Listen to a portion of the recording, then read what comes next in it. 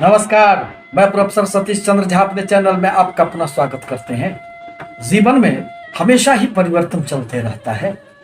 इसी के कारण किसी माह तो हमें खूब सफलताएं मिल जाती है और किसी महीने में हमें अनेक प्रकार के संघर्षों से गुजरना पड़ता है। इसका एकमात्र कारण नौ ग्रहों के गोचरीय प्रभाव को माना जा सकता है। और कभी धन की समस्या, संतानों से संबंधित परेशानियां, पारिवारिक कलह आदि अनेक कठिनाइयों से हमें गुजरना पड़ता है। आज इसी संदर्भ में जून माह की मिथुन राशि के लिए राशि फल को लेकर उपस्थित हुआ हूं। दरअसल आप इसे अपने लग्न के आधार पर देख सकते हैं और यदि आपको अपना लग्न ज्ञात न हो, चंद्र राशि के आधार पर इसे देख और समझ सकते हैं। बुध प्रधान मिथुन राशि के व्यक्ति अत्यधिक चतुर होते हैं। वह अपनी कार्य योजना के बदौलत जीवन में खूब सफलताओं को अर्जित कर लेते हैं। मैनेजमेंट पावर उनकी बड़ी सुदृढ़ होती है। अब जहां तक जून माह का प्रश्न है तो उनके लिए यह आने वाला माह अनेक प्रकार से खुशियां देने वाला होगा, क्योंकि शनि देव के राशि परिवर्तन के साथ ही साथ आप धैया के प्रभाव से मुक्त हो चुके हैं और शनिदेव स्वगृही बैठकर आपके भाग्य स्थान में आपको खूब भाग्य गढ़ने का कार्य कर रहे हैं। आपके लाभ स्थान में इस माह दो ग्रहों की युति बनी हुई है। राहुदेव आपके हर प्रकार की इच्छाओं को पूर्ण करने वाले जहां ग्रह हैं, वहीं शुक्र अनेक प्रकार के भौतिक सुखों में, धन ऐश्वर्य में वृद्धि करने का कार्य करेंगे। यह आपकी मिथुन राशि की जून माह की गोचर कुंडली है। एक तो आपके जन्म कुंडली होते हैं और दूसरे गोचर कुंडली। इन दोनों कुंडलियों में ग्रहों की स्थिति के आधार पर ही आपका भविष्य निर्भर करता है। मिथुन राशि के लिए बुध, शुक्र एवं शनि अत्यंत कारक ग्रह माने जाते हैं और आपके जन्म कुंडली में यदि इन ग्रहों की अच्छी स्थिति हुई, उनमें से किसी की भी दशा, महादशा, अंतरदशा, प्रत्यंतर दशा चल रहे हो तो फिर जीवन में आपको अनेक प्रकार की सफलताएं मिलेगी। अब जहां तक स्वास्थ्य का प्रश्न है तो आपके स्वास्थ्य स्थान में कोई भी ग्रह स्थित नहीं है और आपके व्यय स्थान में बैठकर सूर्य एवं बुध की 7वीं दृष्टि यहां पड़ रही है। थोड़ी बहुत स्वास्थ्य की समस्याएं तो रह सकती है, परंतु कोई बहुत अधिक नहीं। अब यह आपके जन्म कुंडली पर भी निर्भर करेगा। आपके कर्म क्षेत्र में देवगुरु बृहस्पति स्वगृही बैठकर एक तो जहां हंस नामक राजयोग का निर्माण कर रहे हैं, वहीं मंगल देव यदि कर्म क्षेत्र में आते हैं तो कुल दीपक योग का भी निर्माण करते हैं।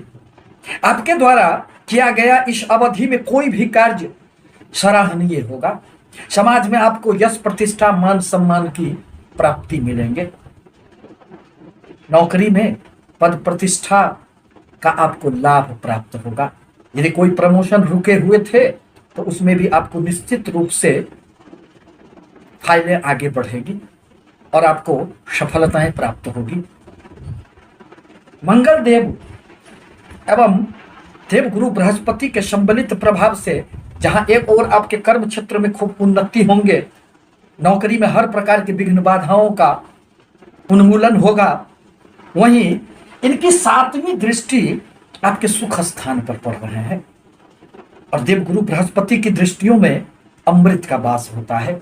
अतः भूमि, भवन, वाहन संबंधित आपके कोई भी यदि कार्य रुके हुए थे तो अब आप निर्णय लेकर उसमें आगे बढ़ सकते हैं, उसमें आपको सफलताएं मिलेगी।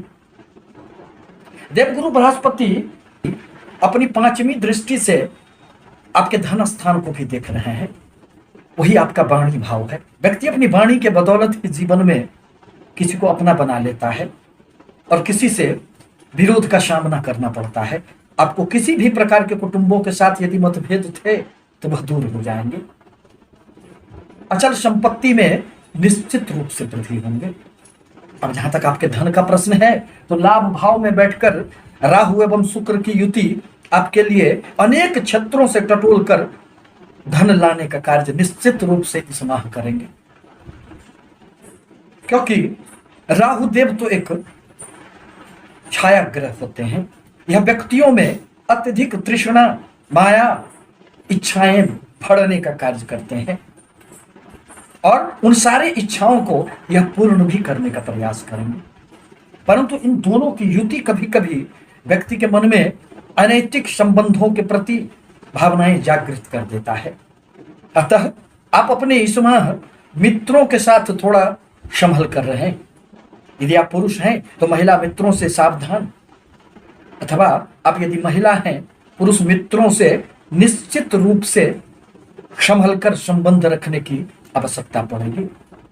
बड़े भाई बहनों के साथ आपके संबंध तो अच्छे बने हुए रहेंगे, मित्रों से भी कर्म क्षेत्र में खूब सहयोग मिलेंगे।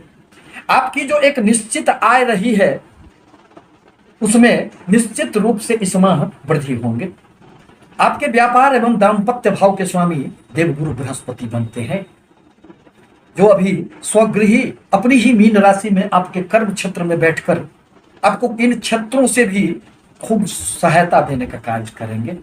आपकी खूब उन्नति होगी, अपने परिवार से सामंजस्य बने हुए रहेंगे, किसी प्रकार की कोई बहुत अधिक समस्याएं नहीं आएगी। दरअसल जून महीने में 3 बड़े ग्रहों का राशि परिवर्तन होगा। एक ओर जहां सूर्य देव आपके व्यय स्थान में विराजमान है, वह 15 जून को आपकी ही राशि में प्रवेश कर जाएंगे। परिणामतः क्रोध की अधिकता से आपको बचना पड़ेगा।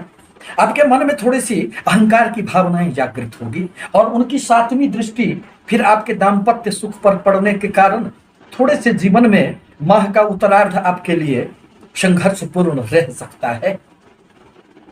इस माह व्यय की थोड़ी अधिक ही संभावना बन रही है, अतः आय एवं व्यय दोनों पर आपको निश्चित रूप से संतुलन कायम करके चलना आवश्यक होगा, अन्यथा आप कुछ परेशानियों में घिर सकते हैं।